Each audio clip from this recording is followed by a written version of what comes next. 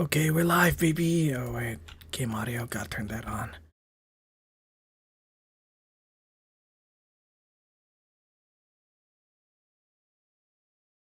Do I want to turn on my model? No, not really.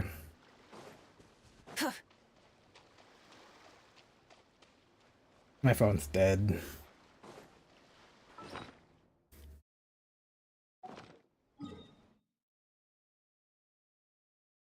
I don't even remember what I was doing last time.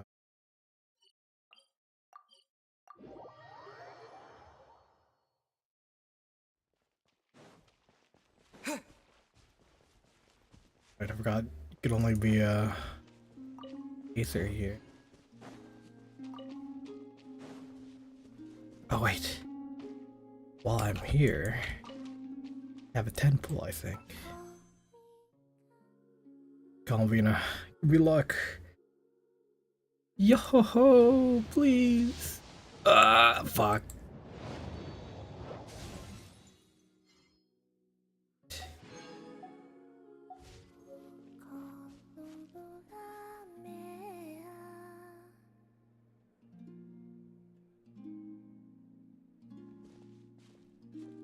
She's sitting up! Is me sitting here a rare sight? No, we just thought you'd be resting. Perhaps I would have been, were it not for the sudden arrival of some unexpected guests. Oh no. Not that I consider it a disturbance.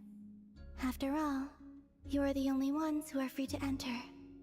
Would it not be a little unfriendly of me to lie down while we speak? I didn't realize you put so much thought into little things like that.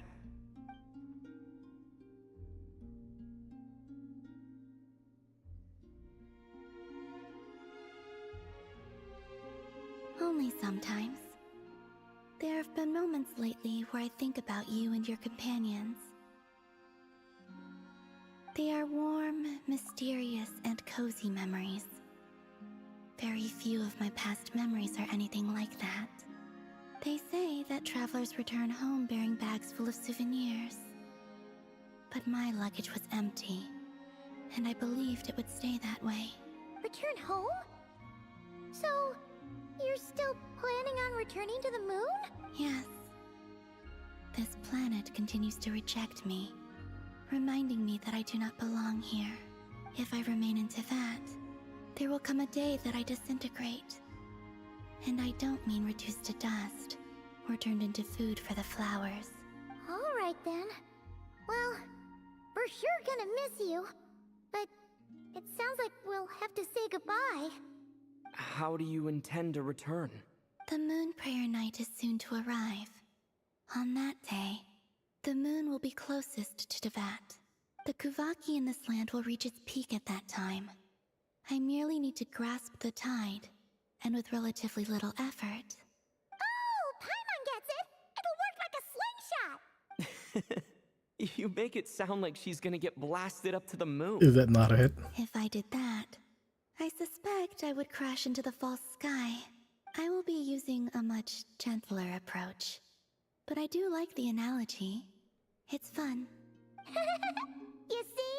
She gets Paimon's sense of humor. In the blink of an eye, the time has come to part ways. It does feel that way, doesn't it? Time seems to fly fastest when you are enjoying it. I have always thought of myself as a wanderer on this earth, and it has never expressed any desire to keep me here.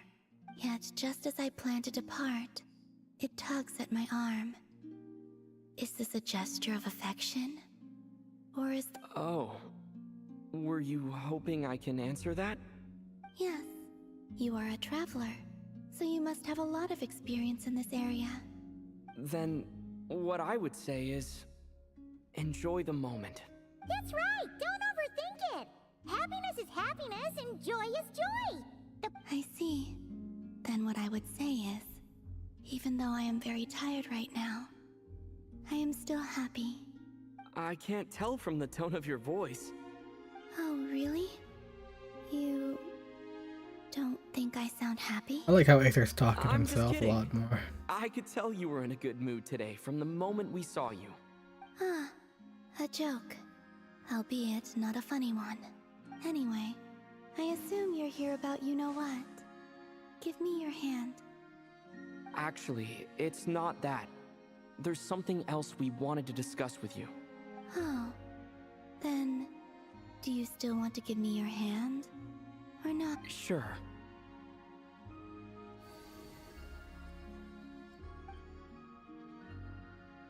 Thank you. So, I've heard that in the Moon Prayer Nights of the past, since you helped so much in our fight against the Rehir of Solnari, I think you deserve a farewell party before you return home. I haven't asked everyone else for their opinions on this yet, but I'd like to invite you to join the upcoming Moon Prayer Night. I've never joined a Moon Prayer Night before. I'm not sure what I would even do. Oh, don't worry about that. We take care of everything. Of course, there's no need to force it if you're not feeling strong enough. It's just... But they call me Kutar, and the Fatui have an arrest warrant out for me. I shouldn't appear in public right now. I'll make it work. You have my word. Yeah, we got your back. Well, he does. Paimon's actually not too sure what he's planning. All right, if you're sure. I will not refuse your invitation. I suppose it wouldn't hurt to pack a few more sights from this world into my suitcase before finally learning what my homeland looks like. Oh, if you see Lauma, please tell her that my answer to the question she asked me is neither yes nor no. Rather, it is, there is no need. That was kind of cryptic, but sure. Guess it's between the two of you.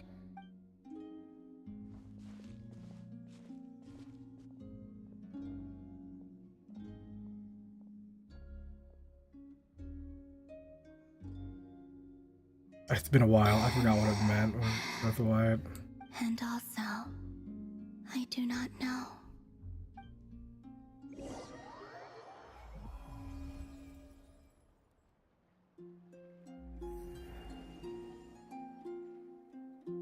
Since she's agreed to join the festival, let's go see who else wants to take part.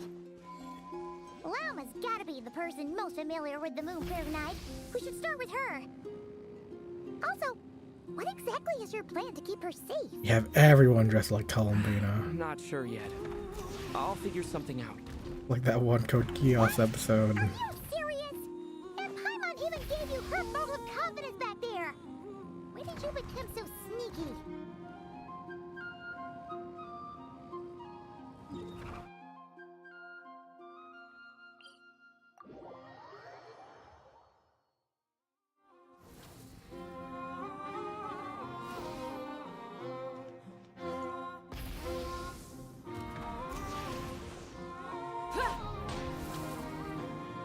There he is.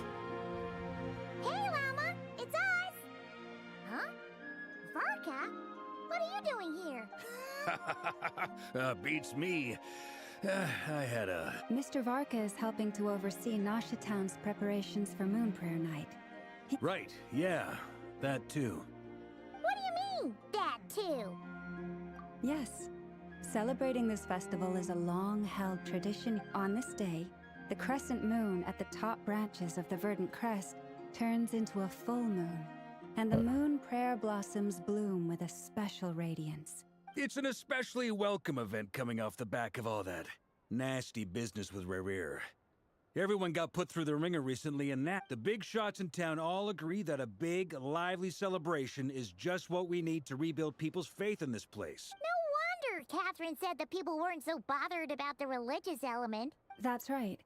It's become more of a local custom by this point. The celebration, even the Frost Moon Scions are eagerly awaiting the coming of Moon Prayer Night. That's fair. It's a bit like the Lantern Ride in Liyue. It's a chance for people to enjoy themselves, not debate the existence of the Adepti. Oh, one other thing. We just went to see Columbina. We went ahead and invited her to take part in the Wait, so... you mean she agreed to it? Then, I suppose that she intends to return to the moon on that day. Oh, yeah! It's kind of a complicated process, but basically, I understand. Well, If Kutar has... Yeah, exactly. She was saying how he could. Unfortunately, the people who carved the statues did an excellent job of capturing her likeness. It will be very challenging to hide a goddess whose face everyone is so... Darn! We may have bitten off. Nah, don't sweat the small stuff. We can handle that. Huh? Are you saying you have a plan? Not as such, no, but the most important thing with a festival is to keep the mood light, and you can't go preparing for a festival with those long faces. The Mondstatter spirit is strong with this one. As it happens, I agree with... Let's start by making our appreciation for Kutar the beating heart of the festive atmosphere. And who knows? Once we get the ball rolling, perhaps... Hey! Did you catch that? Llama said the thing! I'm looking forward to the Moon Prayer Night already. We have a festival in Mondstadt called Windbloom, and you can always tell which couples are celebrating it for their first time by the smiles on their face. And I have a feeling we'll get to see that same... Not quite the same. Anyway, I'll take care of business in the city, but I'll have to leave the decor up to you and the Frost Moon Scions. No, but lastly, there's the final key element that brings the festival to... Before you leave, let me show you something that we've been preparing. Mr. Varka had asked to see it already. Also, I have some further questions. Was scared.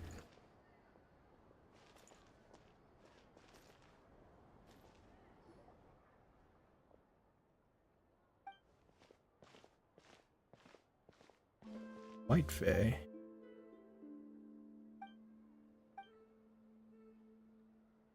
Adventurers. Thought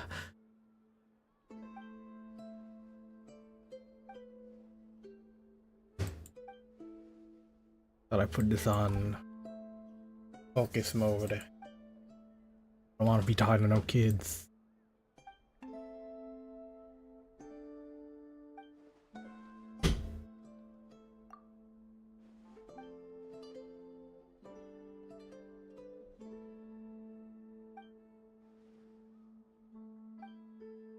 I'm 90% sure this has nothing to do with anything at all. Or with the main story quest.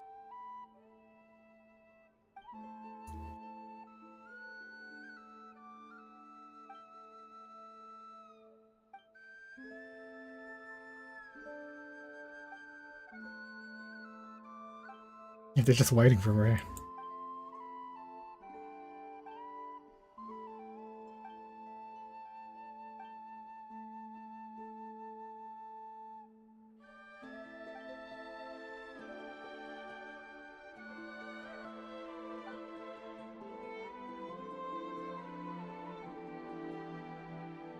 That apparent.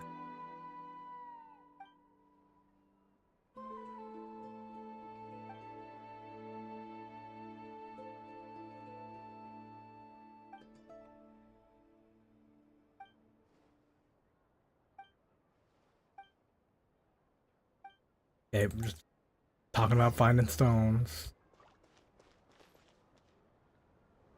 Huh? What's this?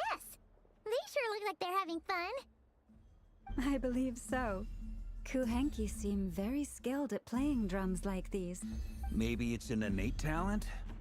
In their eyes, they're probably just playing with toys. Wanatar! You wanna play too? Yeah. She looks more... Maybe we can teach her next time if we...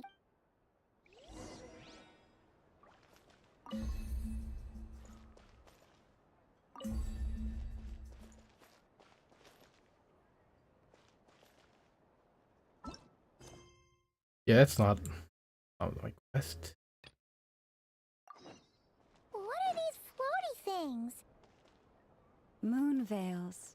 We hang them from buildings in the city during the festival.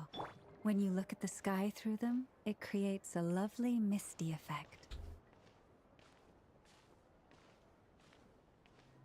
Shit, you got it fast.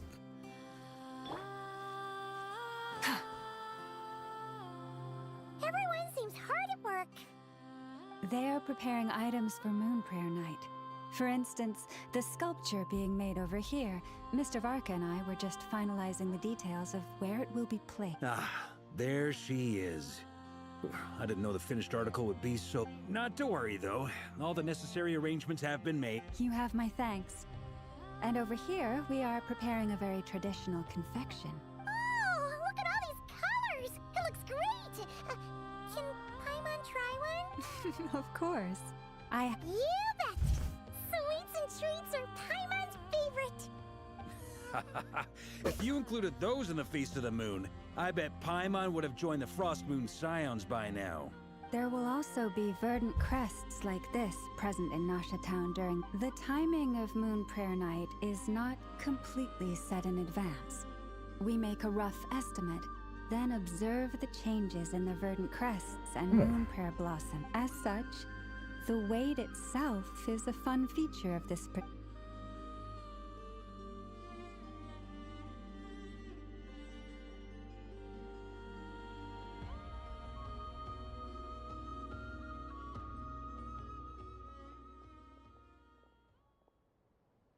Let's talk here. To tell the truth, I once asked her if she'd be willing to stay with the Frost Moon Scions. I could introduce her to everyone, and we could be... She did not answer. But I took this to mean her answer was no. But if that were the case, she would not have accepted this invitation. Ah. I see. But my wish was not for her to come here and be worshipped. I'm sure she believes that showing herself here might invite Fatui intervention. But what really pains me about all this is that this is her birth. I think I'm qualified to weigh in here. When someone's about to depart on a long trip, what they need is blessings, not burdens. Anyway, she's agreed to attend, hasn't... I see your point. Our job is to leave her with some happy memories. Besides, who's to say her journey to the moon is a one... Paimon agrees wholeheartedly. Festivals are all about having fun. All right, I'm gonna head back to Nasha Town soon. Wanna come with... Sure thing, let's go. Bye for now, Wilma. Thank you all. Goodbye. That was creepy.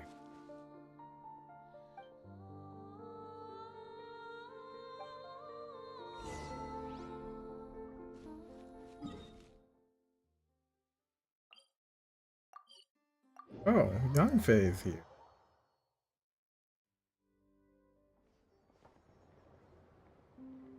Huh? Hey, over there! It's Durin and Albedo with twins! What could they be chatting about? Your guess is as good as mine. Ah, Grand Master, and the Traveler and Paimon. Hello there. It's been a while. Perfect. We have some new volunteers for our investigation. Wait, let me guess. The righteous Lightkeepers are finally ready to hunt down the Abyssal Dragon? Haha. Yes. Yeah, right! Oh, wait! Well, to be precise, the facts match. Wait, so I guessed right? Half right.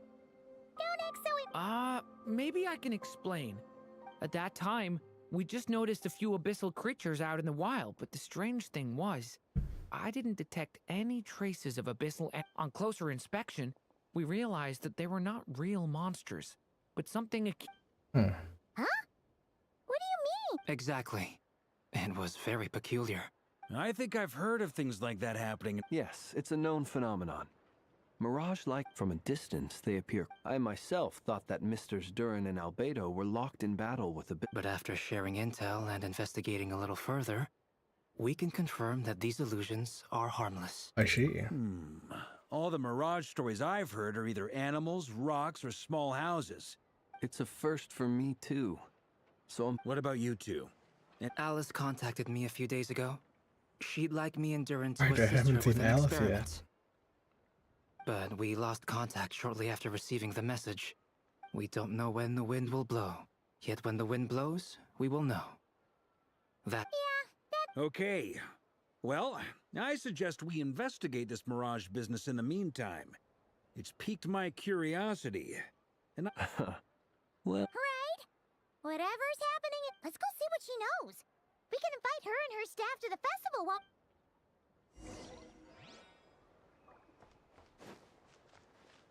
Say hi to John Faye while I'm here.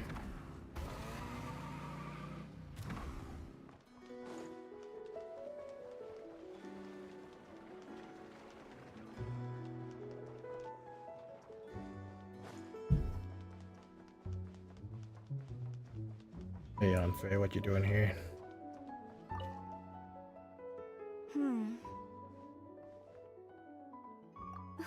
Well, if it isn't the Traveler.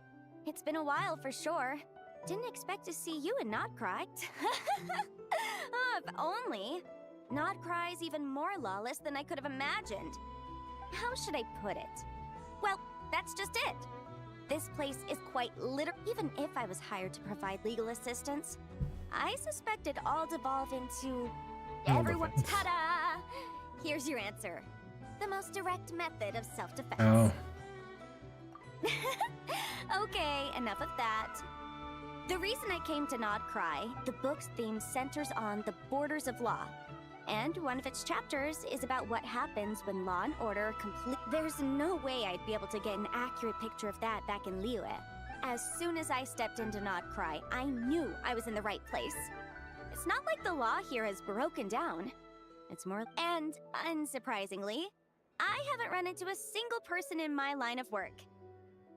Hey, don't worry. I've got Adeptus blood, remember? In fact, I'm kind of waiting for someone to come and accost me. Then I can drag them aside and interview them on how they survive in such a hostile place. Yeah, you have no idea. I spent so long convincing her to let me leave. Why, yes, we talked it through. Yes? Yeah. Granny just loves me to bits, you know, and we spoke for ages. Anyway, I'd love to stay and chat, but I've got an appointment. See you! It's not the right way.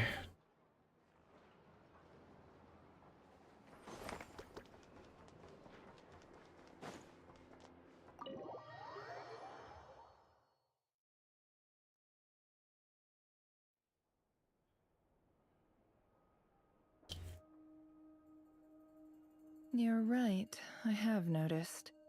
There's certainly something a little fishy about this situation. Records indicate that this phenomenon can occur in the days before and following Moon Prayer Night.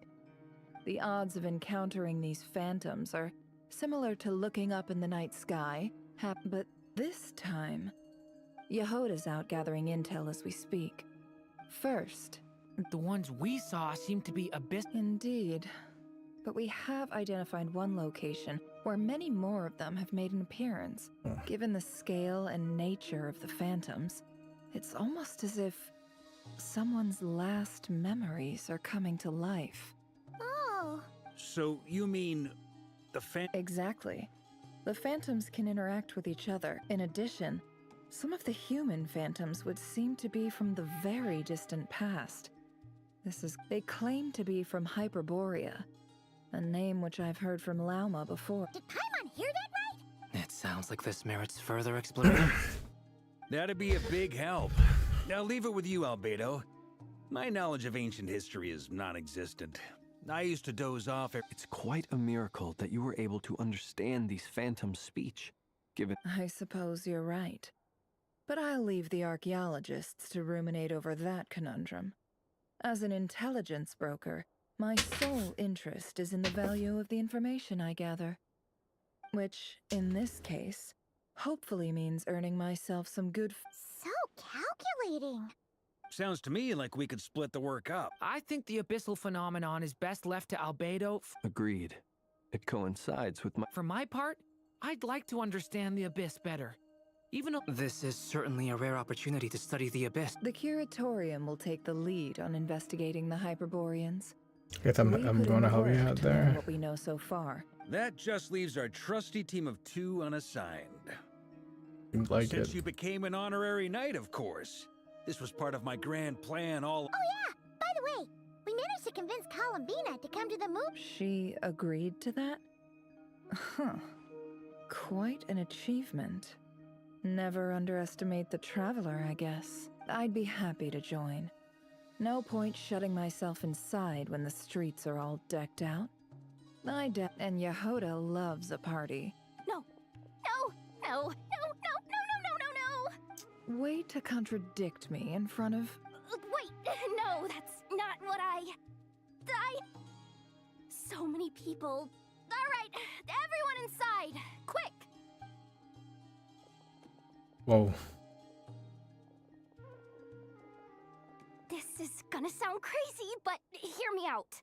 I saw one of those phantoms at Star Sand Shoal, and it was some sort of flying ship. Like a spaceship? That's gotta be the one you came to Tibet in. You said you saw the same thing through the moon marrow, right? Huh? You already know about it? I thought... wait. Back up. You came here in a spaceship? Now my mind is blown!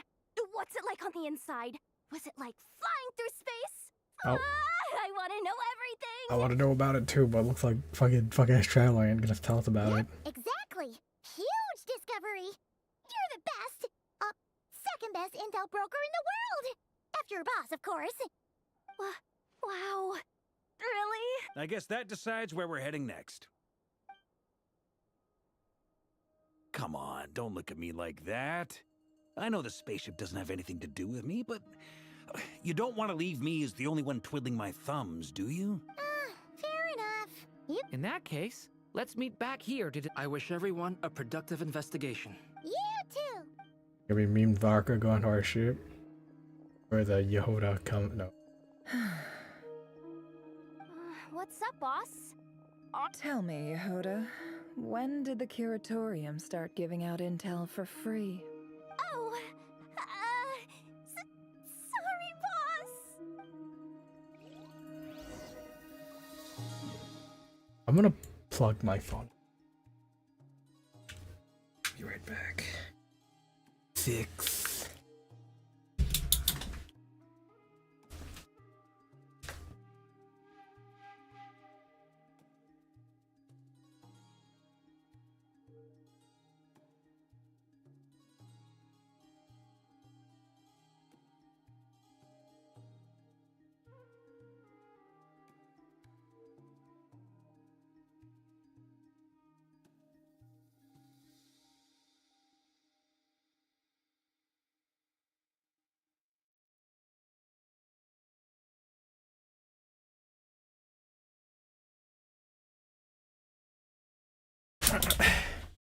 Okay, I'm back.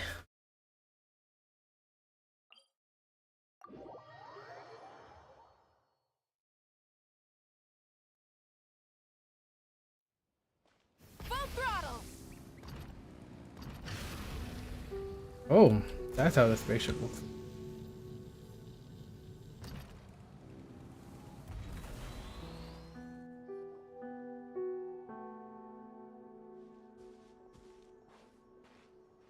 Wow, what do you know? Yehoda was right on the money. This phantom really is your spaceship. But that's so weird. Why would it show up here? Is it some kind of projection? Or a ghost? Like, maybe it no longer exists. Ah, you're already here. Oh. Miss Lauma, what a surprise. I was, until one of our people informed me that a strange sight had appeared at Star Sand Shoal. No one's ever seen something quite like this before. I thought I should see it for myself. Same here. Oh, so we heard that these things appear around the festival period. Any idea why that is? Unfortunately not. We have very limited information about them, since they can't be interacted with. And no human phantoms have ever made an The most we've been able to deduce is that these sightings appear to be connected to the increase in Kuvaki energy around this time. Yeah, seems like that's all we can do. This is also... Allow me to lend you a hand. There's two other fellas here. Regular fellas. At least talk to them.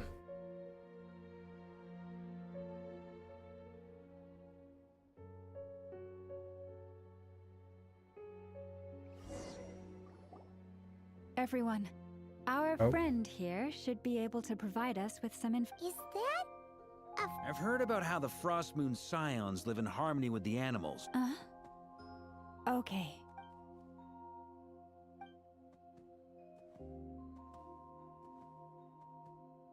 Oh, it's leaving. It appears to share our curiosity about this giant spaceship, so I asked it if it wouldn't mind investing. In return, I told it about some nearby spots where we may live in a different era from these phantoms, but I trust that the terrain, climate, and ecology here are... Let's give them a moment.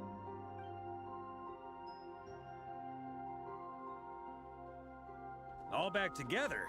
Must have been a lot of fruit. Indeed. Now...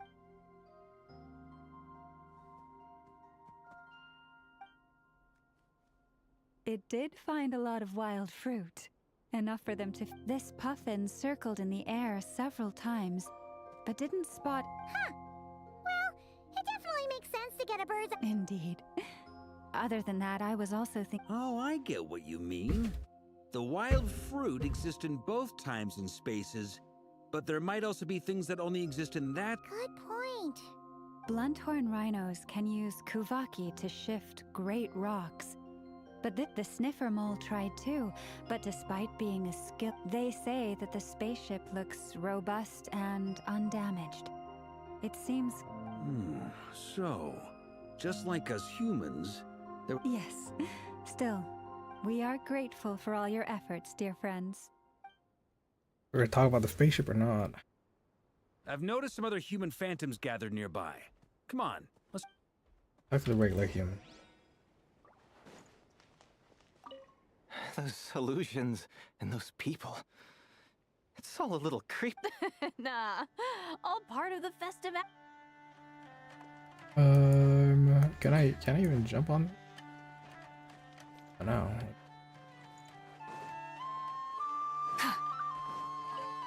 Have you ever... Nope. Never seen or heard anything this weird. Fuck, the spaceship.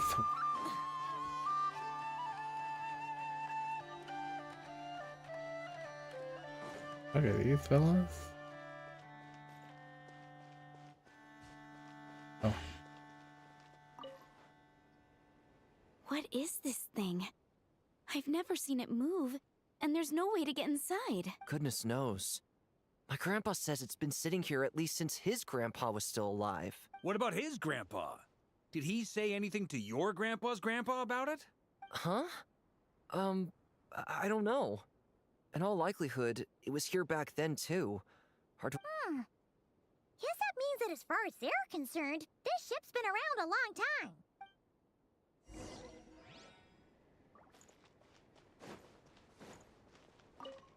time. We couldn't talk to them. Come on, brothers.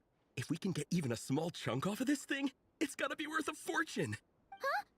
You mean... Yes, brother, I shall join you. Let's make our fortune.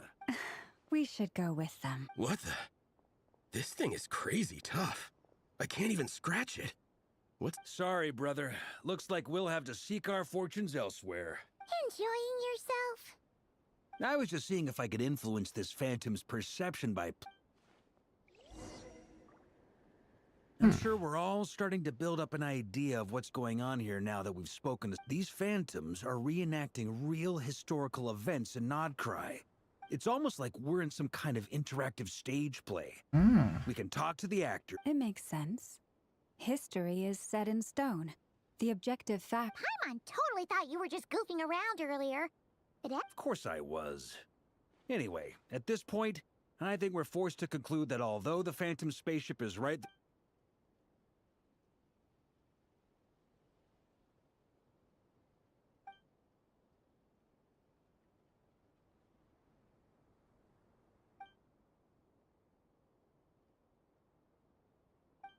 Don't be discouraged.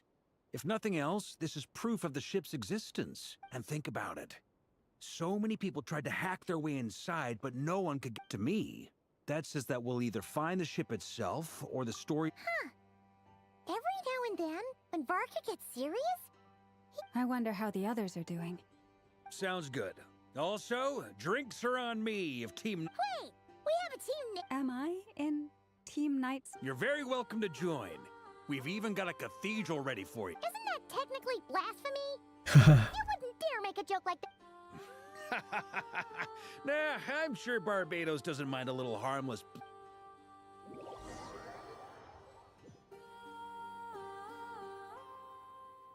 Oh? Oh, no! Get away! They can't save him. Oh.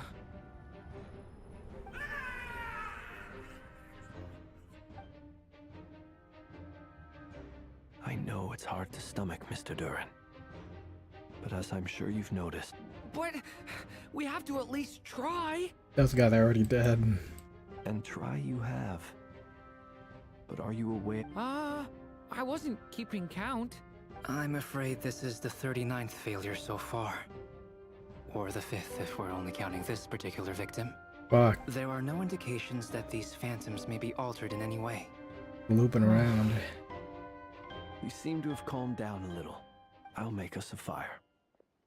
You should rest and have some water. Feeling any better now, Mr. Durin? May I ask a few questions? Be my guest. What exactly are we witnessing? My guess would be that we are seeing Nodcry during the Conrian Cataclysm. 500. Would that be accurate? Conria. That is correct. As you know, once the Abyss senses even the tiniest crack, it floods in, and there was a time in the distant past when it permeated all of Nodcry, causing immeasurable harm. Then 500 years ago, the whole of Teyvat suffered an abyssal disaster. I see. In the face of the abyssal onslaught, all were like grains of sand tossed around by a tidal wave. Be they human— the moment you witnessed is but one drop in a whole ocean of catastrophe. All right. I guess that answers my second question, too.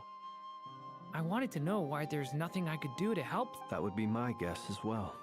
As I understand it, history and fate are not all that dissimilar. The latter may be unseen to us. Yes. Fate was determined long, long ago. I still have a couple of other questions for you. Mentioned more than one abyssal disaster that has struck this land in the past. And also, how are you able to stay so calm when you're talking about these events? From everything I know about you, you're not cold or ruthless, and you're not indifferent to the suffering of others. Alas, I am forced to show my age. I must be 600 or 700 years old by human measure. Wait, so you— One is not easily moved by history when one has witnessed the truth firsthand. I'm sorry. You needn't apologize.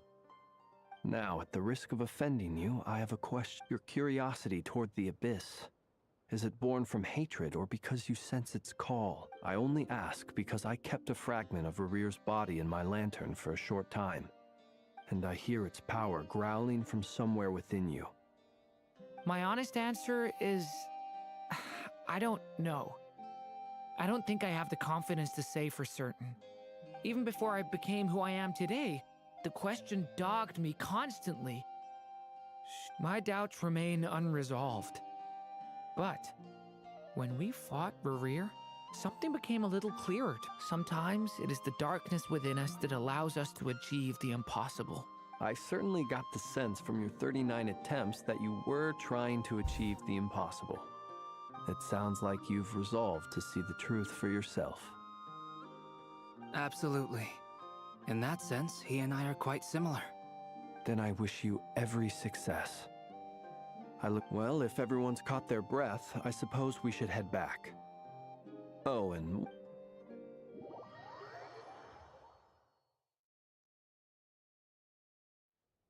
Incredibly, our separate investigations led us all to the— Yeah, but we barely learned anything, though. I totally thought this would be the mother lode. Talking with the ancients? I mean, come on! But nope. And all this stuff about moons and hyperopia. What a load of baloney. Seems like people back then had a few... I understand your frustration. We found there isn't much value to be found in these If there's a silver lining, it's that these phantoms are harmless to the present reality. Paimon agrees. Oh. You look disappointed, Neff. What do you think? We all worked our tails off, but the only one to gain anything from it... Well, please do share the Hyperborean records with me. I will gladly inscribe them in our people's documents. Oh, duh! Yeah! That was it! Hyperborea! Hyperborea. I'm serious. Only an expert in the Frost Moon Scions and their history can turn... The alternative is to let them gather dust on the curate. Nefer, you're wise enough to know that cooperating and sharing the profit... Well, that goes without saying. Huh? But didn't you say we aren't supposed to give out intel for free? Sorry. Shutting up. Now is not a good time to push Nefer. Anyway, back to Moon Prayer Night. You mean a parting gift? Can't go wrong with food. Although... Perhaps a lantern would be a better choice. It could prove difficult to light a lantern on the moon. Magical stones might serve that. What about a clockwork mecha model from Fontaine? I've got a whole bunch at home. I use them for fighting practice in my free time. None of these sound like things she would be even remote... Yeah. It would really save us the guesswork if someone could find out what... Okay, and I'll find out, I guess. Great! Haha, problem solved. Now, I need... Then let's leave it there for now. We all have our own business to attend to. Like singing? Honestly, I don't really know much. Is something the matter? You a little down. I'm fine. It's just... But it's okay. This is something I have to work through. Well, don't put too much pressure on yourself. If you ever feel like something's wrong, physically or mentally, we're here to talk. Come on. Stop treating me like a kid.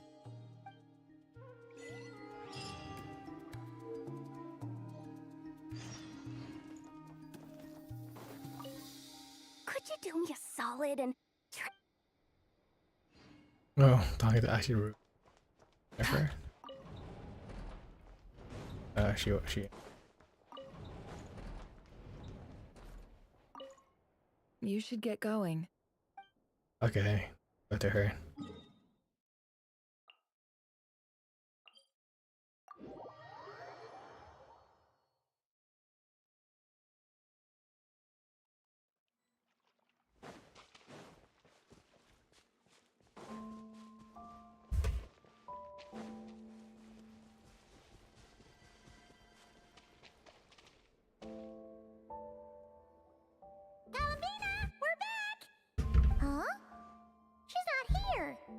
Present at all. Weren't there a few Kuhenki here last time too? You're doing more than walkies. Walkies? For Kuhenki? You're not... Oh, well. Looks like we just came at a bad time.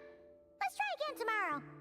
There's still a few days until Moon Prayer Night, so we're in no rush. Besides, she needs time to rest anyway. Good point, let's go. Where is she?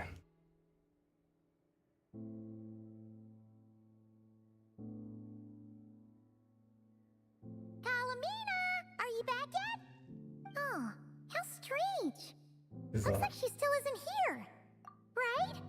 It's not like her to spend so much time outside, especially since she's worried about attracting unwanted attention.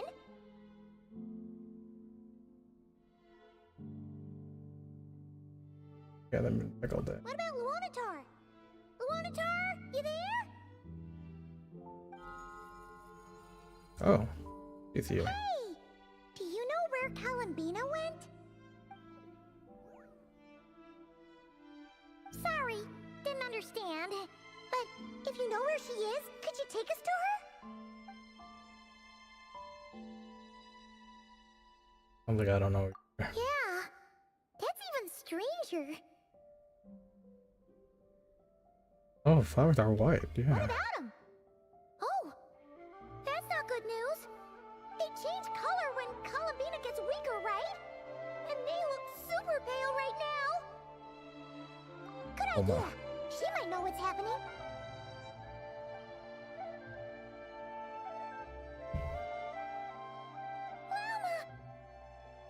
Ah, it's you. How is Kutar? Is she okay? She's missing. No, she hasn't. I came here to check on her after I noticed the flowers had changed color.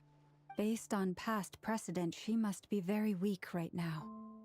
Even getting up to walk. Not to mention that she doesn't do that at the best of times either. So No. Very few people are in the know about Kutar's whereabouts. And if anyone suspicious had visited, they'd have left some sort of evidence. Come on, let's go to Nasha Town. If anyone has seen her, someone there will know about it. makes sense. Let's go.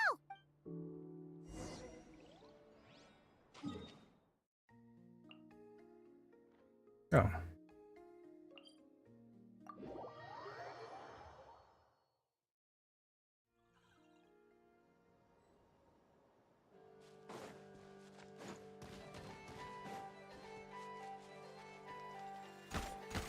Ouch.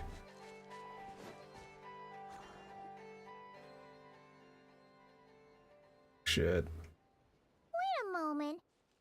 Is it just Paimon? I remember seeing this on Twitter. Kind of suspicious. It's never been here before, right? No, I don't recognize it. Alas, your free and easy adventure time is over. Now, prepare to face the final boss of Nod Cry.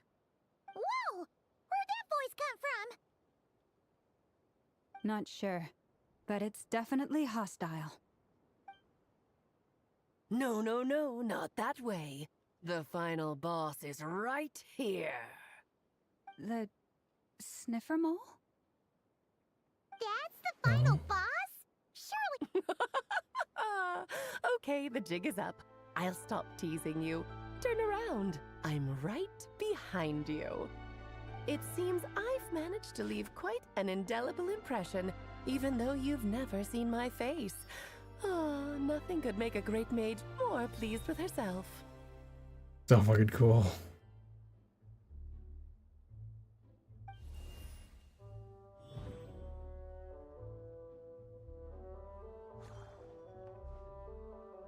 Should I say for Alice? What is going on? I've heard that all the big shots in Teyvat have long, wordy titles that stun people speechless when they make their entrance. Unfortunately, none of them are affiliated with the Hexenzirkel, and we ourselves keep a very low profile. The notorious name-dropping doesn't quite work for us. Still, I, for one, think I'm really quite amazing. So that didn't stop me from coming up with a title anyway. Alice! It's really you this time? Not a lantern or a Dodoko, but Alice in the flesh? Oh, that's right. So, what do you think? How does it feel to finally meet me? You look like... You look like Clay. Oh, that's the first thing you thought. A little surprising, but that actually makes me very happy. Because that means that when Klee grows up, she'll be just as stunningly beautiful as her mother. So she's a friend of yours? Kind of. This is actually the first time we've seen her in person. I see. Madam Mage, that was, quite a powerful entrance. I certainly won't be forgetting it anytime soon. It's okay, Lauma, don't force it. Paimon will do the honors. This is Alice from the Hexenzirkel. She's a friend of ours. And of Arcus, too. Helped us a lot in the past. That's right. She's a good person, just kinda... unpredictable. Well, What is the human heart if not unpredictable? Hmm? If we could not do as we please, how would we differ from machines? I am Lauma, Moon Chanter of the Frost Moon Scions. It is a pleasure to meet you. Oh, I know. Before you got here, I spent a good, 15 minutes getting up to speed on Nodcry's present situation. In other words, I've read the whole "in the last episode" part, so we can skip the pleasantries. Fair enough. Well, Miss Alice, I can already tell that you have quite a unique personality. He'll get used to it. Paimon sure is. So anyway, what are you doing in Nodcry, Alice? Oh, I thought I told you already. This time, I'm the final boss. And what a formidable foe I shall be. Powerful, confident, decisive, and good luck finding my weak spot. You will never succeed. Oh, drat. My one weakness, and you found it in an instant. Fate I like her has hat. been dealt a devastating blow. Oh, it's a heart. Thus falls the great Dodo King. Why are you playing along with this nonsense? For funsies, of course. What's wrong, Paimon? Are you disappointed in me? Am I a gigantic letdown? I like her vision a lot. You seem like a busy lady. And this is the one time you've shown up in person. Paimon figured it would be for something more high stakes than just goofing around. You're quite right. I'm here in Nodcry because something big happened. Something big enough it caught the attention of the Hexen Circle.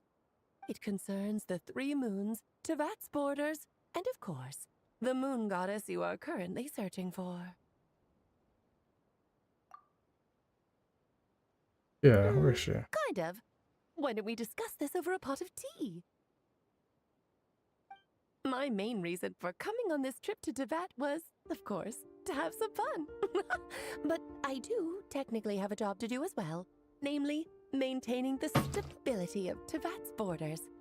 I'll skip over the complicated parts. To sum it up, abyssal energies are all that lie beyond Tevat's border. We'd find ourselves in a real pickle if they ever made it through. And the phantoms you've been seeing are a sign that the No wonder they tend to show up. Is it because the real moon is now so close to us? In part, but only a negligible amount passes through. Just enough to influence the verdant crests and so on. And as you've noticed, there has been an unprecedented number of phantoms appearing this year. The influence of the moon beyond the border cannot explain this. No, there is another far greater factor at play. The trilunar syzygy. A trilunar syzygy. Eons ago, before the heavenly principles came to Tevat, it was the then 3 moon goddesses who controlled the laws of this world. Life, death, such. Oh, that's exactly it. The 3 goddesses split these powers amongst themselves, promising never to consolidate them into one singular body. But, fast-forwarding to the present, the eternal moon's marrow is with you, while the iridescent moon's marrow, which should never have appeared in this world, has been retrieved. Add that to the presence of a moon goddess in the flesh and... the power of all 3 moons is gathered here in Nodcry. There hasn't been an event like this since the War of Funerary Flame, and it's having a noticeable effect on Tevat's borders. Because I wish to give my darling daughter a peaceful, sunny environment to grow up in. Is that a good enough reason? Kinda sounds like you're dodging the question, but it does make sense. Well, that's one reason anyway, and the most important one. The others are a little complicated to explain. For instance, cleaning up after dearest Miss R. Granddaughter. Albedo could tell you more about that if you're curious. Granddaughter. But right now, I have a more important question to ask you. I see. Nicole told me about that legend once. Nicole? Oh, so you remember. Yes, of course. That was a story about fate, her area of expertise. But back to the story of our dear moon goddess. I'm afraid her intended method of returning to the moon is unlikely to work anymore. What does that mean? She may be missing, But she hasn't gone anywhere. She has disappeared.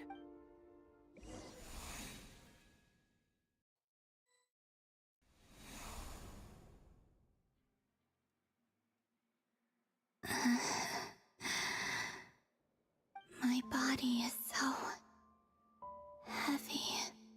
Wait, no. It's my mind that's heavy. My arms and legs are as light as a feather. What's happening to me? I feel drowsy, like I've been asleep for too long. Is it daytime or nighttime? Is the moon out?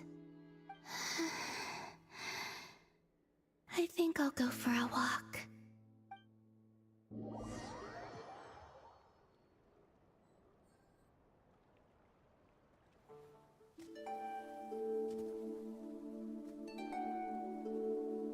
Are you out for a walk too?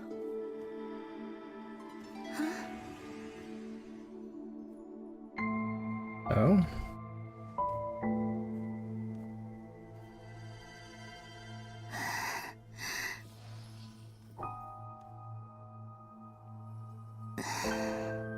The day has come at last.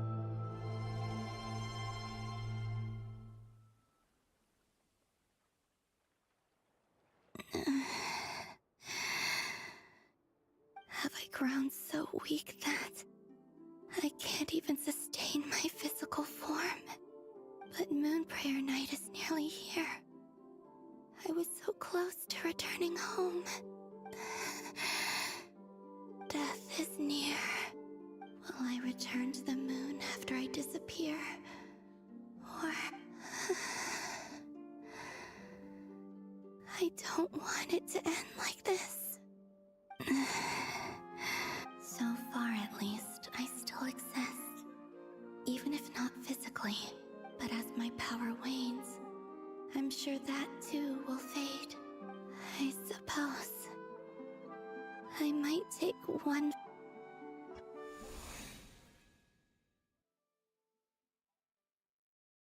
Cross move. Come on, come on! Wait for me! The Frost Moon Enclave. How much it has changed since I was born. These decorations, they're so heavy. It's times like these when you kind of wish men could be priestesses and acolytes too. How fascinating. I've never had the chance to be privy to people's private lives in this way. In the past, people would get so solemn and serious the moment I showed my face. Like they were frozen stiff. Karina, Lametti, it's time to eat. Coming! I want to watch them a little longer.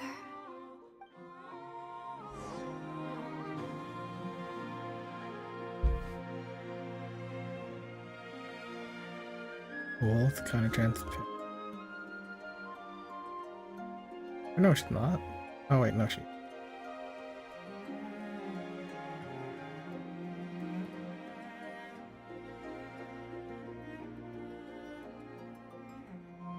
So just fill these balloons with air, right? Yep. Try a couple now to test things out. The rest can wait till Moon Prayer Night. Think fast. Ouch. Rita! Teasing an acolyte of the Frost Moon Scions? Surely that's a punishable offense. Take this! Huh? Alright, enough horsing around. Lady Lauma gave us a task. The task is just to check that the balloons don't leak, right? Doesn't matter if we fill them with air or water. Okay, you got me there. And you got me there. But still, we can't use all the balloons before the festival even starts. We won't use all of them. And as long as Lady Lauma's trusted acolyte doesn't snitch, this can stay as a little secret between friends. A couple more can't do any harm, right? Oh, you menace. Then think fast! Is pumping a balloon full of water really so much fun?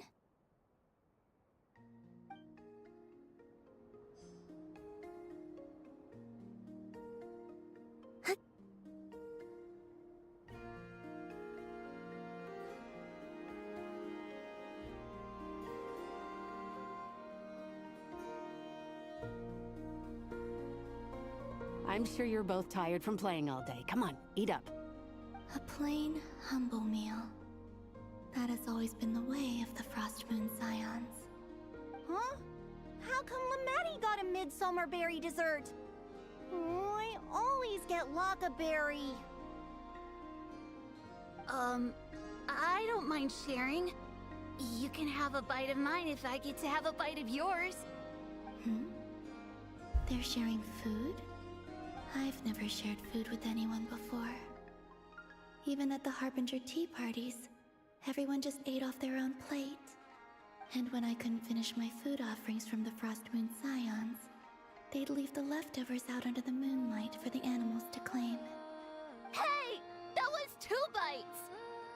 Oh, then you can have another bite of mine.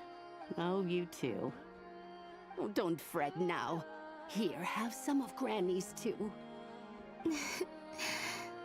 So this is what it means to be family.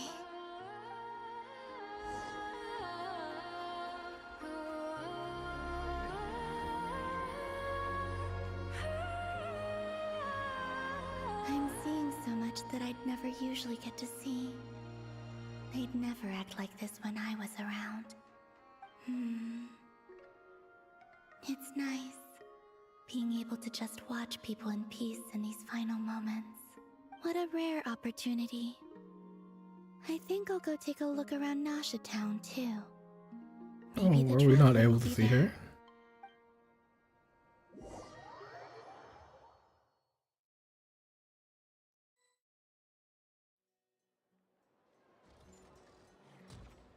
After the War of Funerary Flame, the moon goddesses were no longer recognized by Tevat. They lost the whole foundation for their existence. That's why the moon goddess's strength is fading. She cannot withstand the world's rejection of her.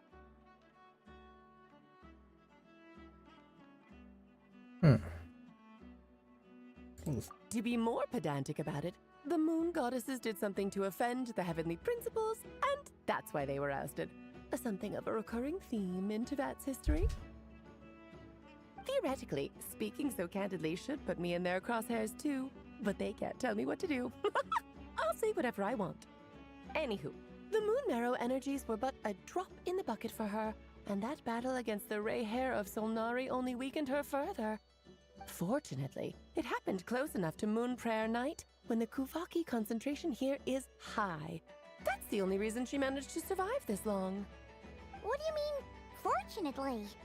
You said she disappeared. Ugh, what a headache. I thought this was all common knowledge. I guess Hi, Milai.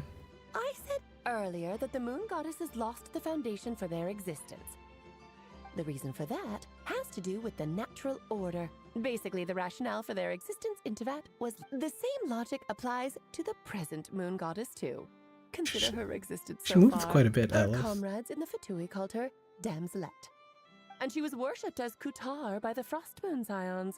But these connections have now been severed, whether by her hand or yours. So, the rationale that once sustained... Wait, we did that to her? Oh, well, strictly speaking, yes.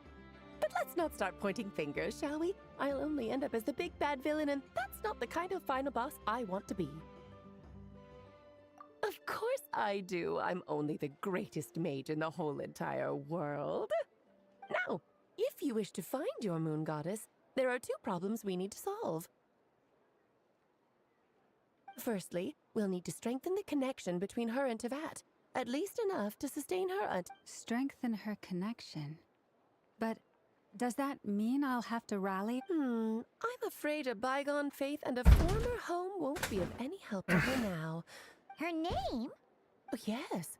Names are very important things. And then your first job is to find it. As a moon goddess, I'm sure she must have a name she identifies with. Neither Columbina nor Kutar is her true name, and she's never really accepted either of them. So, finding out I her don't even know real what to name name her. is enough to sustain her existence? Yes, I know it sounds like a small step, but They're every gonna make me journey name her begins like that way. So for Wanderer. now, that's all we need to focus on. The second problem is with her plan to use the moon marrows to return to the moon. Unfortunately, piercing through the false, given her current condition, she won't be able to provide anywhere near enough power.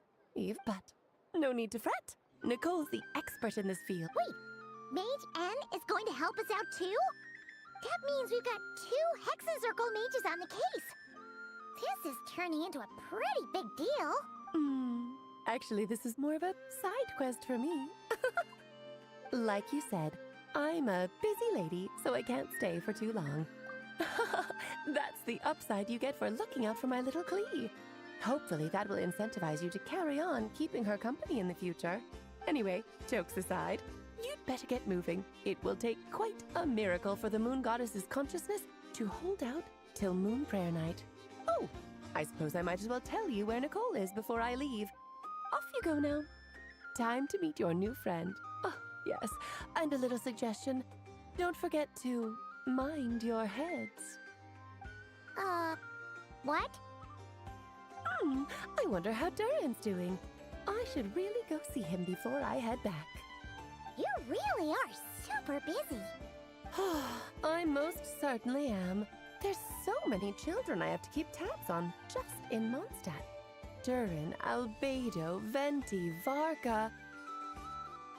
Klee didn't make the list, huh? Of course not. Klee is my pride and joy. I have no qualms about her, because she's the best child in the whole wide world. Klee's a little angel. I'm glad you agree. Well, all the best. See you when I see you. Really does what she wants, eh? She left in a hurry. Yeah, she didn't pack up her stall. Should we handle it for her? I must say, I'm now very curious about her daughter. Klee, wasn't it? Explosives. What's she like? That's a long story.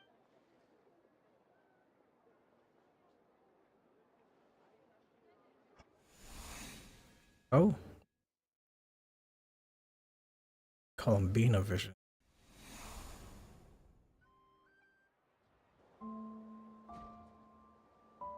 What a lively place.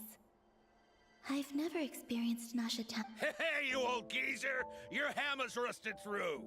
Who are you calling old geezer? Are they quarreling? I'm looking right at him! You've really gone downhill since giving your daughter free rein in the workshop. Can you even swing a hammer anymore? It shouldn't take you days just to fix a single chair! You might as well use that hammer to massage my back for... Don't run your mouth, or you'll get a back massage that'll put you in bed for the rest of your life. Look, the materials haven't arrived yet, all right? I'll bet you send all the materials to your little princess. All right, you've made your point, Uncle Koski. As soon as the materials arrive, fixing your chair will be the #1 priority. And Dad, if you've got time to chat, why don't you lend me a hand, See? Lolka knows what the score is. I guess they're friends. Then again, it wouldn't be the first time I've seen something like this. Columbina! Sing outside my door in the middle of the night one more time, and I'll unscrew your vocal cords. You hear me? Oh, Centrone. So that was her way of trying to be friends with me. What a pity. I won't get the chance to say any ugly things in reply.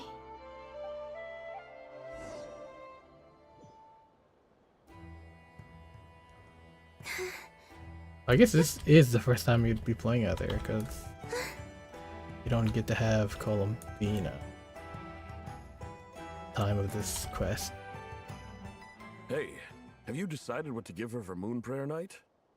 I sure have. She's gonna get the surprise of her life when she's least expecting it. Then I'll whip out the The surprise of her life. What a fun turn of phrase. Cool, I get the picture. You can spare me the gushy details. Ooh, looks like we have a customer. Hello there, ma'am. Would you like some Moon Prayer Night candy? Huh? Is he talking to me? Can he see me? Here you go. Oh.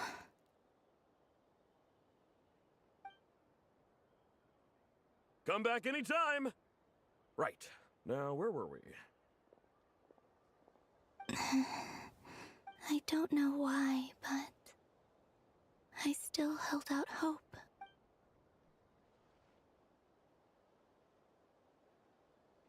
The most important thing right now is to find that mage.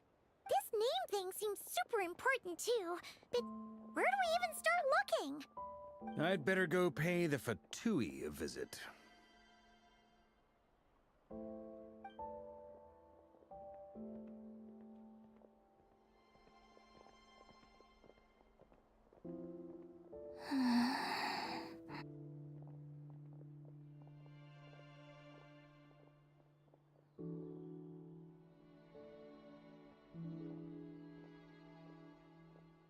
Columbina?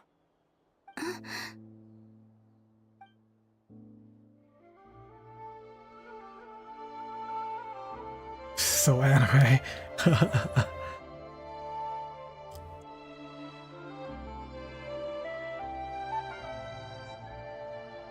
Traveler? Let's go! This is no time to be spacing out!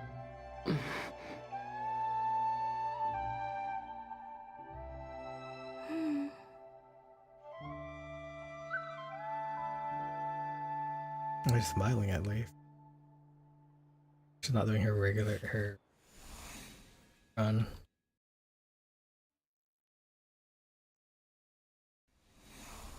Oh, it's her head. Alright, where the fuck Nicole at? Alright, I'm gonna get a drink.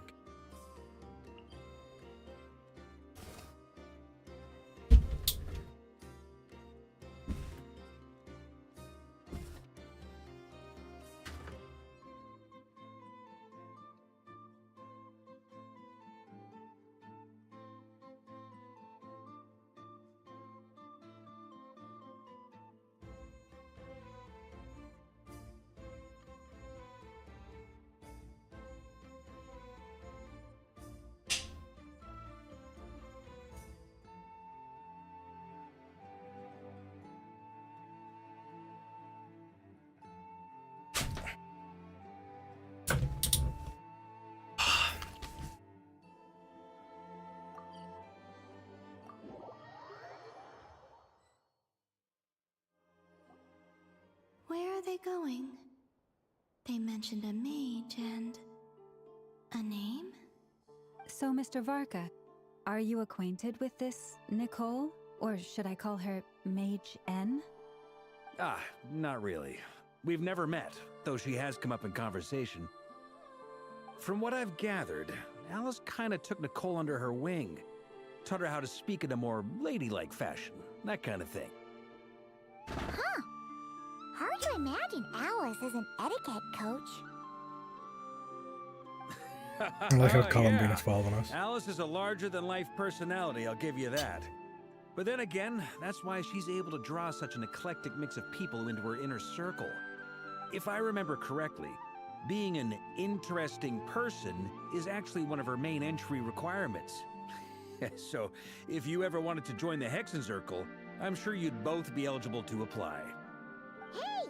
Don't go around making promises on Alice's behalf! I wouldn't dare. I'm just trying to paint a picture of the Hexenzirkel for you. Okay, sure. Anyway, since none of us have ever met Nicole, how are we supposed to find her? We can't just go up to every woman in sight and ask, "Hey, are you Nicole?" Maybe something she's wearing will give it away? Like a wind bloom pinned to her chest or something. Wait a minute. Alice never said Nicole was from Mondstadt. Oh, true. Let's see that each mage had their own cup. That would be this young lady, then?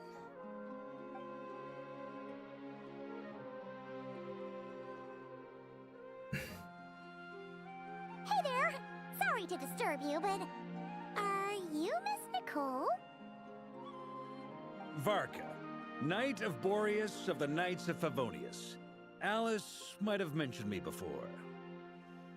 Mm-mm. Ah, have we got the wrong person? Sorry. Well, this is awkward. When I shook my head, I meant, no, Alice hasn't mentioned you before. Huh? Where is this voice coming from? My apologies. For certain reasons, I am unable to speak. This is the only way I can communicate with you. It might take some getting used to, but I hope you can understand. Hey, it's fine.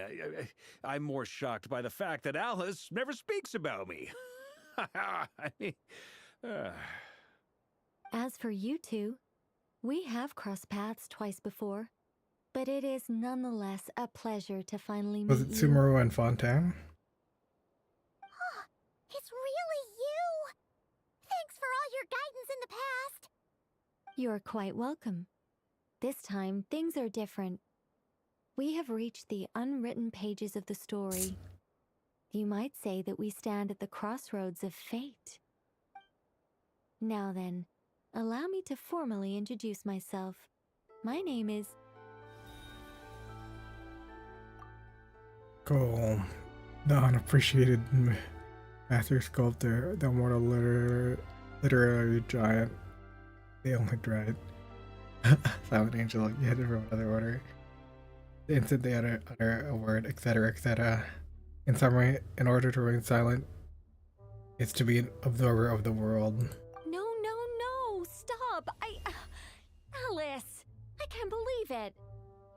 I had a whole speech prepared. I'd agonized over every single word. She always picks the worst moments to ruin other people's plans. I'm so sorry about that. Alice took the liberty of devising some bespoke self-introduction magic for each member of the Hexen Circle. But I could have sworn I deleted all of the triggering conditions for it. How did it bypass everything? Oh gosh, this is so embarrassing. This is a very different side of Nicole than what we're used to. Don't worry about it. We've seen that introduction magic once already, so it wasn't too much of a shock. Please go on, Miss Nicole. We'd love to hear what you have to say, or... well, Huh? Are they talking to this lady? But... will you all promise to forget that horrendously embarrassing introduction? sorry, embarrassing. When?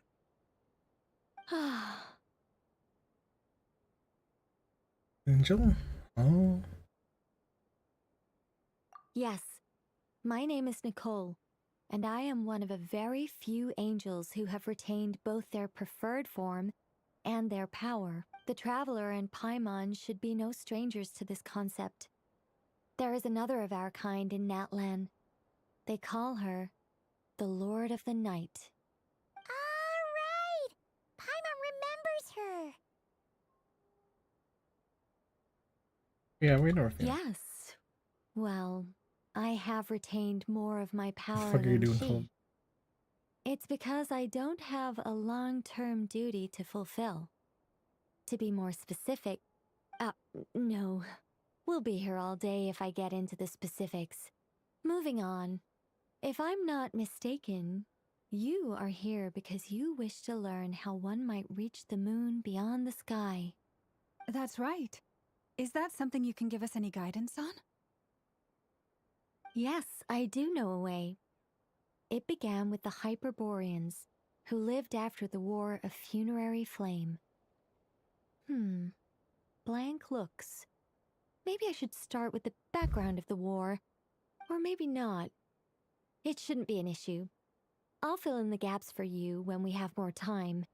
Anyway, after that war ended, the 3 moons retreated to beyond the false sky. The Hyperboreans were humans I once aided. They accepted the civilization and creations bestowed upon them by the angels. But despite accepting many blessings of the angels, many among them still held on to their faith in the moons. They were reluctant to accept the new order, even after the War of Funerary Flame. They sought to contact the moon goddesses beyond the sky. But all 3 had passed away by that point. This mage has a unique method of communicating. Is she talking about the moons? Yes, but they did not know. And so, still they prayed for the moon goddess's mercy. After building titanic structures that consumed vast amounts of Kuvaki, That's cool. at last they glimpsed the moons and heard their voices. But of course, they were gravely disappointed. For it was then that they realized the 3 moon goddesses were dead. Oh, that's such a sad story. It is. Humanity was in a very sorry state at that time. The angels who had once aided them were gone, and the War of Funerary Flames had left them homeless and destitute. Just a second, I gotta ask. How relevant is all this history to the task at hand? Well, I mean, it's... Okay, it seems we've drifted into irrelevant narrative waters. It's been a while since I've had the chance to speak inside someone's head. As soon as I got started, I lost... What I'm trying to say is... Right, yes, that's it. The relevant part is the ritual created by the Hyperboreans. The fact that they bypassed the false sky and saw the true moons implies that they successfully built a connection between Teyvat and the outside world. Which means, with enough Kuvaki and a sufficiently stable connection... Okay, so they built... Oh, yes. A portal. Yes. Is something wrong? I just didn't expect you to summarize it so well. It turns out I could have said all that in one word, if only I'd managed to think of it. No, please, it's fine. This is invaluable knowledge. Oh, really? Well, in that case, That's I what Vina suppose I doing. could backtrack and add some more detail. I did gloss over a few things so far. Whoa, whoa, whoa, time out. Let's summarize what we've got first. The Hyperboreans were the last ones to use this method, right? Luckily, we have the moon marrow of both the eternal and iridescent moons, so we're all good for Kuvaki. Which means the key issue we need to focus on is finding the place. Yes. Although I expect the structure is long gone by now. That said, what if we could take advantage of the phantoms to travel back to a time... Well, travel back isn't quite accurate. It's more like we'd be creating a handshake between 2 points in space-time. We wouldn't even have to make a time when space-time it for still you and me. existed. It could just be a time when it still appeared in phantom form via projection, or we could project our own phantoms, fold them together, and... You look lost. Was that too hard to follow? Yeah, things got a little, technical there. All right. Let me think about how to put this more simply. Okay, got it. Over the next few days, I'll search for phantoms that we can use. Once I find one that meets the criteria, I'll let you know and we'll regroup. By completing certain rituals, specific individuals will be able to enter the phantom and make it to the Hyperborean structure. If everything checks out and it looks feasible, we'll just need to wait for Moon Prayer Night, and we can send the moon goddess back home. I'm really skimping on the detail here. Is this making any sense at all? I think so. For now, we'll just wait to hear from you. Yes. Basically, yes. Great. Counting on you. In the meantime, we'll focus on finding the moon goddess's name. My name? Excuse me, Miss... Go on, Miss Nicole. This conversation was a little all over the place. I didn't catch your name. I am Lauma, of the... Ah, I did wonder. I noticed that you listened very intently. If you'd be interested, I'd love to visit you this evening and go through it again in greater detail. Also, if you were serious about making a record, it would be too risky to simply write down the raw details as is. I would suggest some tweaks. Maybe rewrite the stories as... Anyway, we can cross that bridge when we come to Alright, it. fairy tales are the only thing that So, don't get deleted see from you later, then? Devat's history. Oh, and no need to prepare anything. Just a cup of tea will do. See ya!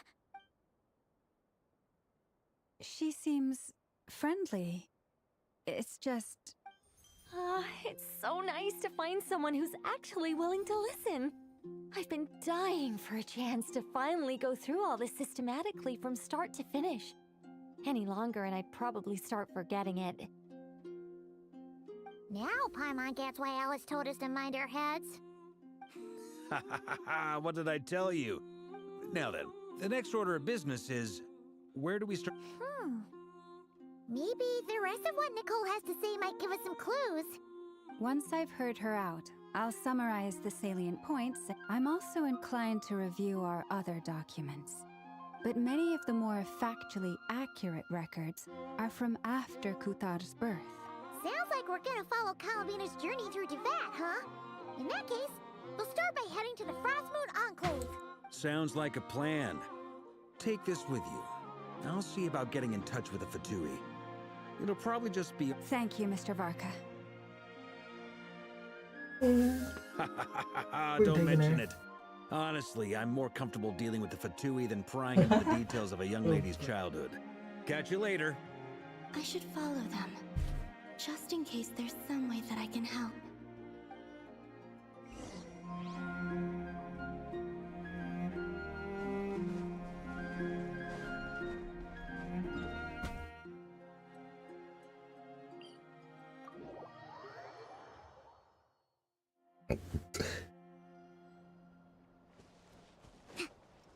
Allow me!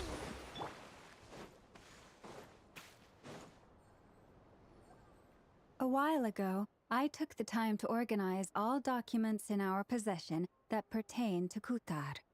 What you see here is the material I consider reliable. You're saying there's unreliable material too? Yes. Most of the information we have was transmitted through an oral tradition. Inevitably, some of her stories were mythologized and deified over the years through countless retellings. That's why I organized them into reliable and unreliable. There's no sense seeking answers in history unless we can ensure the veracity. Makes sense.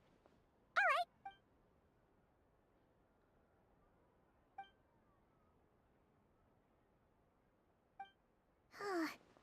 Almost all these records refer to Kutar instead of Columbina. Although neither of those is her real name. What we can gather from these records is that the Frostmoon Scions worshipped her as a god, placing impossible expectations upon her. I cannot fault them for their earnest faith, but for all their devotion, worshipping her day in, day out changed nothing. I imagine that none of it resonated with Columbina. It wouldn't surprise me if, even back then, she had already begun to reject the name. Lama speaks the truth. When I heard them call upon Kutar with hope and expectation in their voices, they may as well have been calling upon somebody else.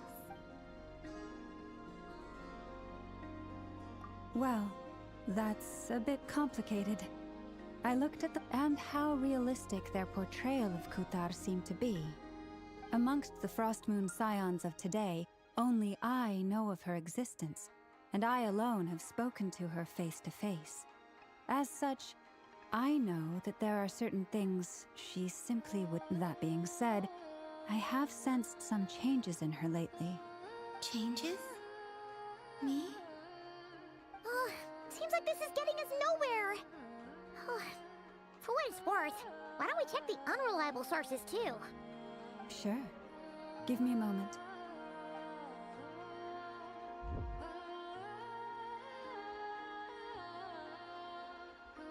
Exerting but a fraction of her divine might, Kutara sheared a great mass from the snow-capped mountains. Yeah, right. That doesn't even begin to pass the sniff test. The 3 moons are not but lies through and through. Only one moon has ever shone for us, and Kutar is her name. The vast majority of ancient texts are filled with fanciful tales like these. I trust you understand. Kutar did not speak, merely gazing into the distance in silence. And where her clearly, whoever wrote this text never even met Kutar. Otherwise, they'd know that her eyes are always closed. What about you, Traveler? What are you reading? Come on, let Paimon see. The child wished to build a wooden nest with which to shield a fledgling bird from the cold. But being so young and lacking in strength, the child Kutar was passing by. Upon seeing the child, she summoned forth the Kuhenki, who built a beautiful nest for the child. I remember that. Oh. Not knowing the meaning of Kutar's divine intervention, the child dared not to respond, and thus ran home to call their parents. But Kutar was gone. The Moonshanter declared the event a miracle and took the nest as a relic, placing it on high for all to see. The child was named as one favored by the goddess, and was greatly respected amongst the people. Yet, no further miracles were bestowed, and this matter was forgotten in but a few years. Huh. Any thoughts after reading that? There's a lonesome feeling. Yeah. Columbina probably just wanted to join the kid in making nests. Ah. I'd originally considered this a fabrication, because Kutar did not perform any similar actions in subsequent records. But now that I think about it, it does seem like something She didn't know how other people would interpret her actions. She was probably worried about— Yes. Oh, that's so sad.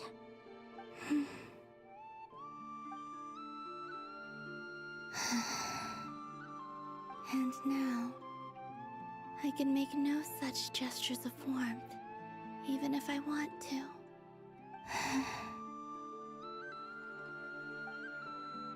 Still no name. That's a bit of a shame. But we did learn some interesting stories. That's gotta count for something. Barca said he was gonna set up a meeting with Arlecchino and Sandrone, right? Let's go back to Nashi Town and see how he's doing. Know where the spaceship is? No.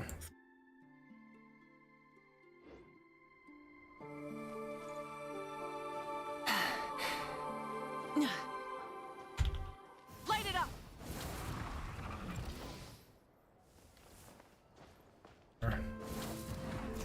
Nice.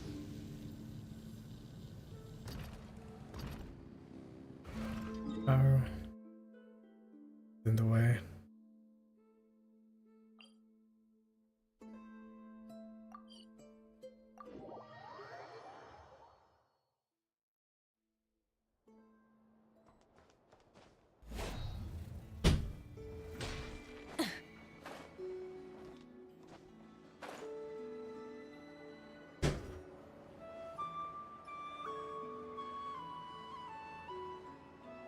Of the gang. Let's see. There's Varka. Oh, and it's Durin and Albedo too. Talk about coincidence. This is pretty much the same place we bumped into each other last time. I convinced them to stick around a little longer. We were all waiting on people, so I figured having a little company would help pass the time. Ah, so you've been waiting for us? Does this mean that you've already arranged things with the Fatui? Sure does. Now you're back, we can go meet up with them together. Well, we didn't find out Columbina's true name. Aha, just as well that I didn't tag along then. I'm sure our moon goddess wouldn't want every man and his dog knowing all about her private life. So, Varka was waiting on us, but what about you two? Do the Waiting for melody. Alice? Like a jump scare. We already met with her. We discussed that experiment I mentioned to you last time. Oh, and she also handed me this communication device. Oh, one of these in the golden. That's right. I understand she informed you about the relationship between the phantom phenomena and Tevat's borders, yes? She said that she'll contact me through this device with more information. Ah, I see. Following instructions and making observations. Pretty common research method. Takes me right back to Albedo's lab. Wait, then who exactly are you meeting? Someone you know. Albedo's met him too. But I don't think Miss Lauma or the Grand Master have been introduced. Introductions are overrated. Especially Oh in shit, cases like it's this. our boy, RB2. So, it's not like the academia has prohibitions against going abroad. Also, I applied for leave. I've been writing to Hat Guy since obtaining Head human guy. form. I've already brought him up to speed on everything that's been going on in Nodcry. Hat guy? Turns out, I actually have heard that name before. Oh? Then why did you react the same way I did? I only knew the name, not the fella. But since we're all here, let's do some introductions for what it's worth. I'm Varka, Grand Master of the Knights of Favonius. Lauma, Moon Chanter of the Frost Moon Scions. And I'm a Driosh from the Vahumana Darshan of the Sumero Academia. Hat guy. Good to see you again, Mr. Guy. I believe we last saw each other on the boat ride here.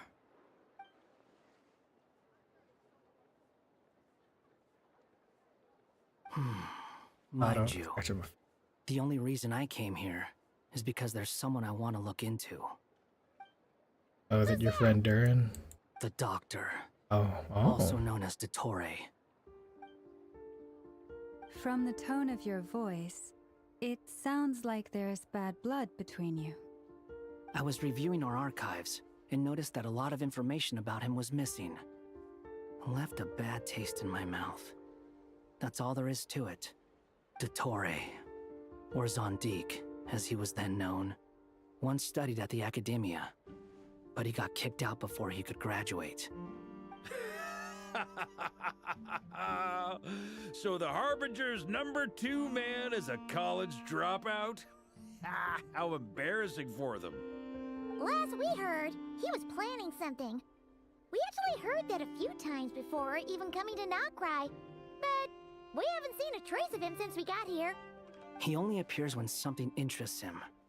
For all we know, he might have left already. But the fact he did something here at all is worth noting. It'll fill a couple extra lines in his file. Why does it sound less like a file you're writing and more like a criminal record? Anyway, we were just about to meet 2 of the other Harbingers. Want to come along? Sure. Even though they're Harbingers, well, they're old acquaintances of ours, so, you know, when you talk to them, try to be... I got it. The Frost Moon Scions' relations with the Fatui remain tense. In that case, we'll continue assisting Miss Alice with her experiments. Good stuff. Everyone's having a fruitful time. All right, we better get going. I'll lead the way.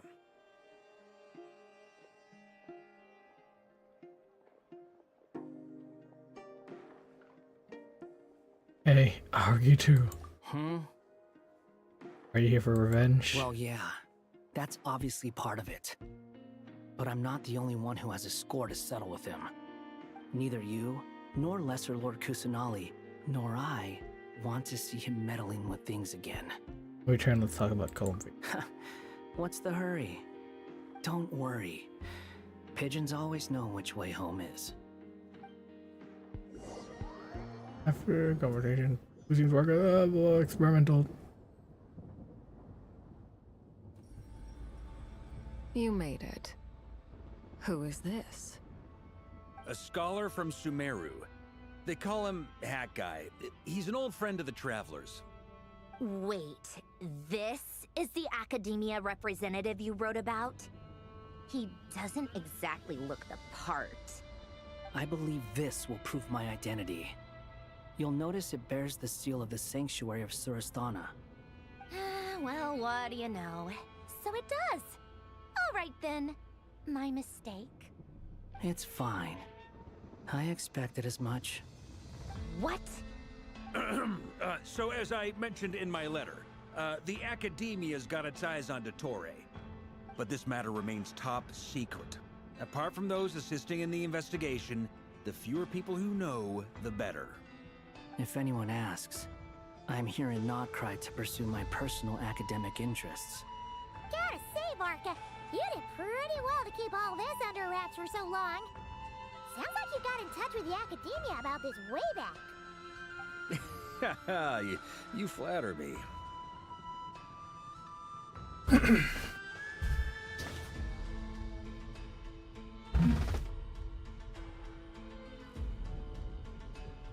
Scratching.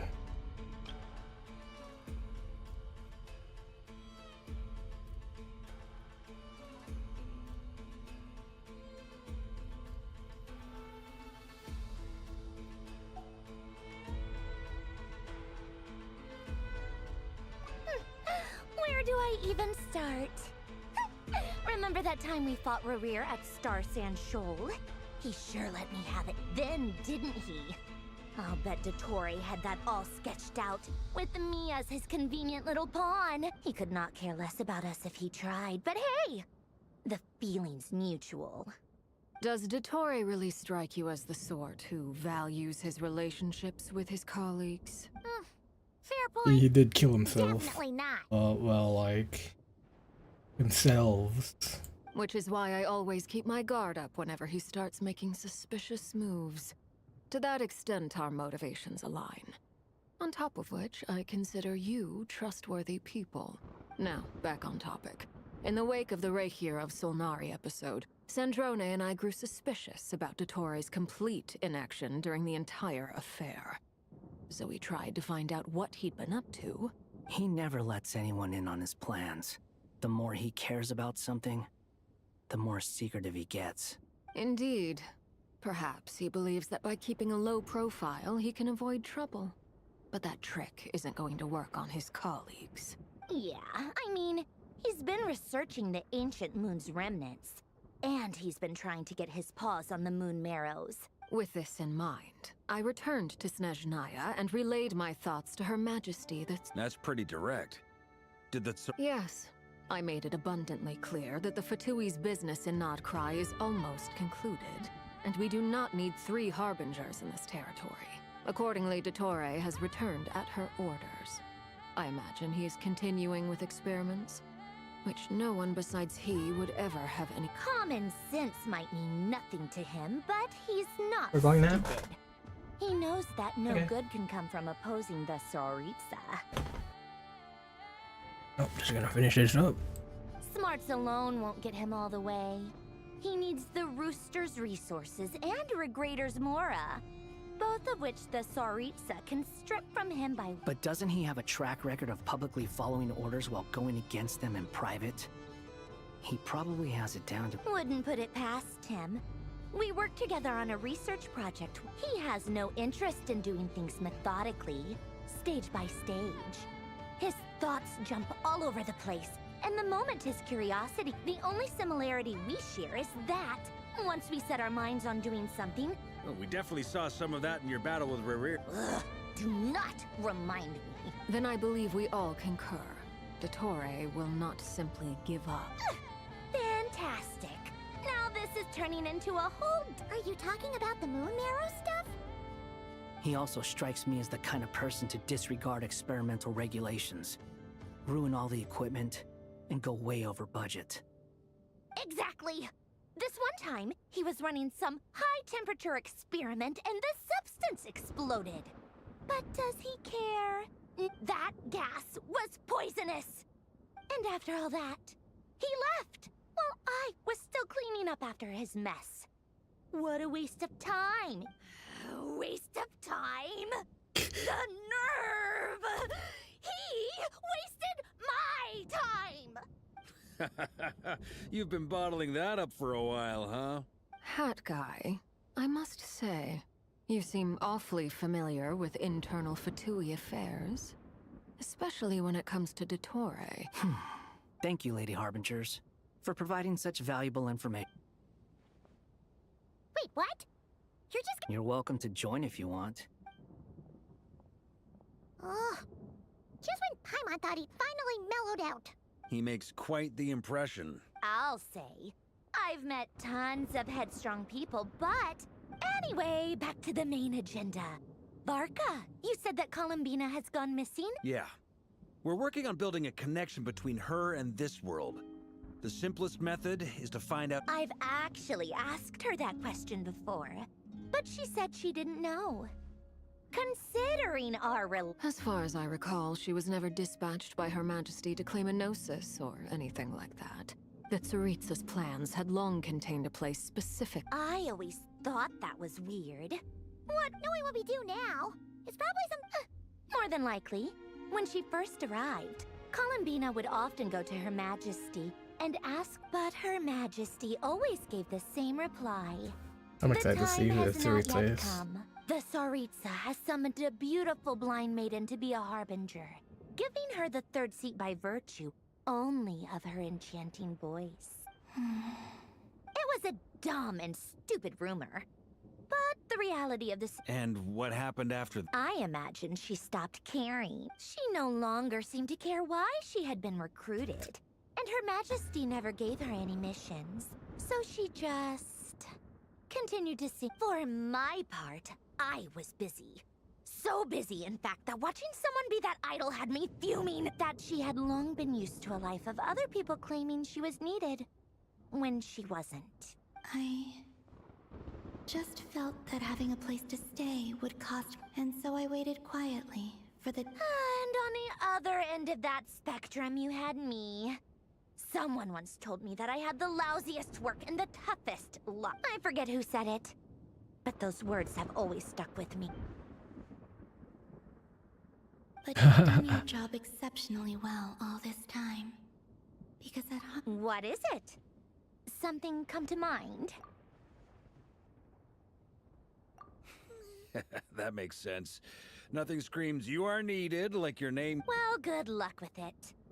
But if you ask me, I'm just so used to it now. After all the arguments we've had, I can't be bothered trying to remember another name for her. Nor I. Sandrone. Her...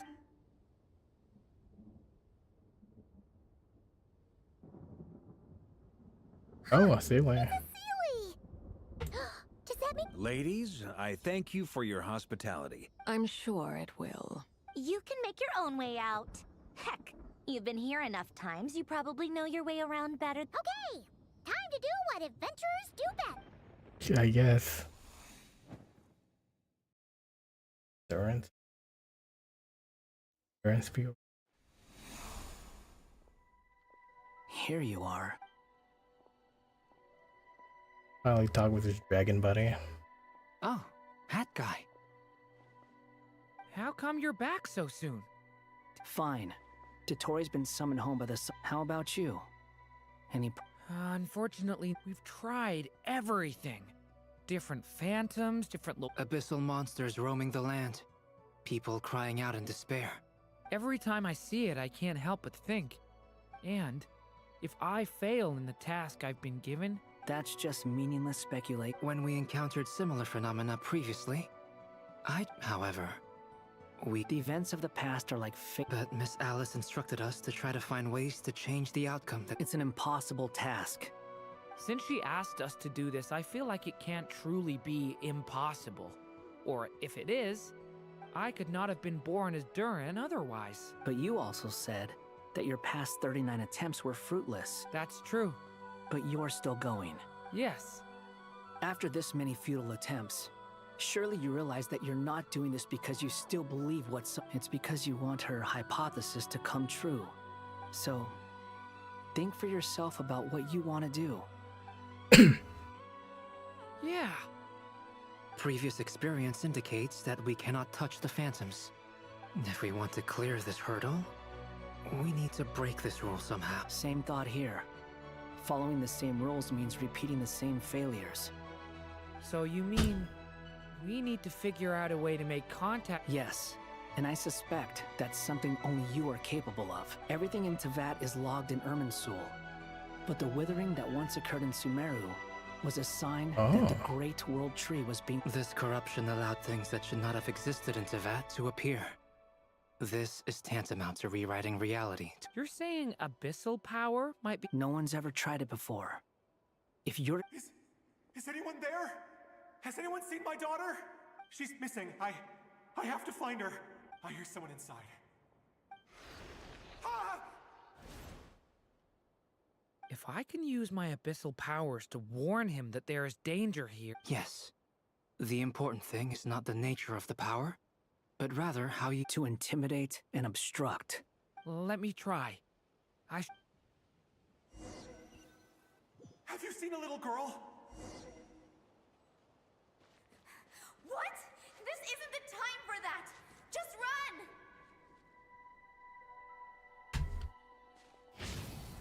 Hey! I hear someone inside. Sargana? Are you in there?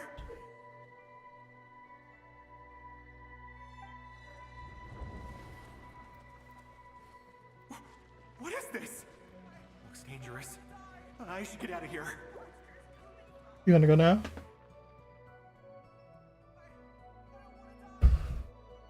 Okay. He really left. Pause stream here and continue later.